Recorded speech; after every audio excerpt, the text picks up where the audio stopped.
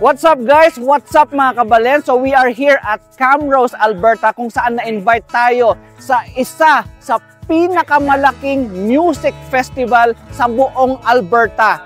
And syempre hindi magiging possible itong travel natin ito or itong activity na to, hindi tayo makakapunta dito kung hindi dahil kay It's Hotdog Time by DJ Hotdog.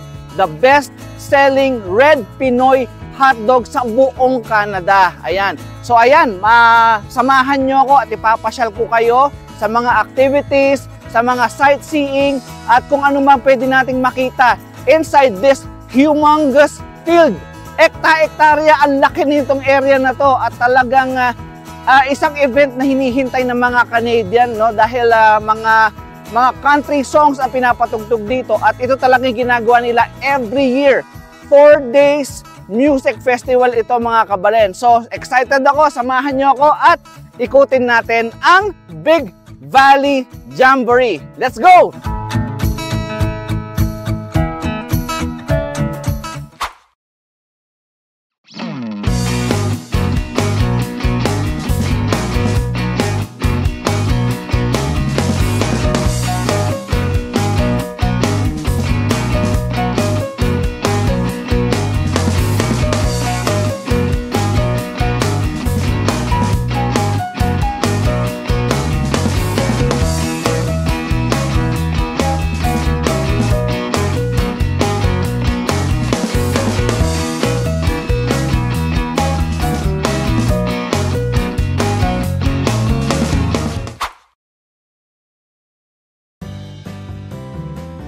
Ang Big Valley Jamboree ay ginagawa yearly dito sa Camrose, Alberta, na kung saan nilalahukan ito ng mahigit kumulang sa 25,000 attendees every day for 4 days.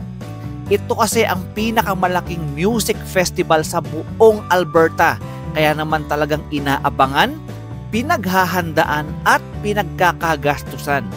Kasi naman, napakaraming activities at mga bigating performers ang kinukuha nila rito.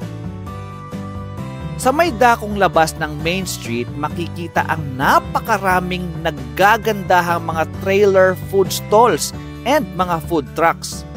Sadyang napakahilig kasi ng mga Canadian sa mag-camping and talagang fan na fan sila ng country music. Kaya makikita dito sa aerial view na ito na kanya-kanya talaga silang dala ng mga trailers nila para mag-camping for 4 days. Dito, napakaraming pwedeng gawing activity sa buong araw. Pwede kayong mag-shopping, food trip, maglaro,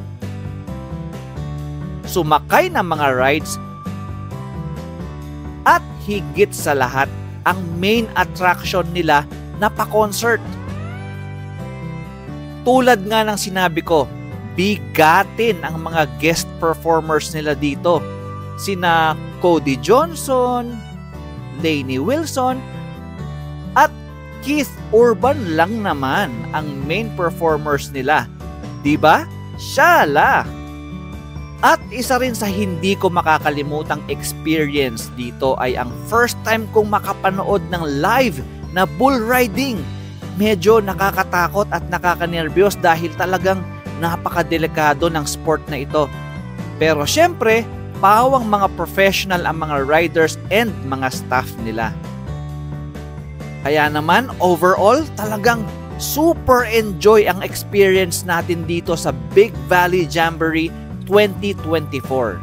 Kaya naman maraming salamat po sa patuloy ninyong pagsuporta sa aking vlogs hanggang dito sa Canada.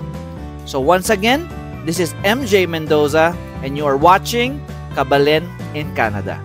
Till next time, bye!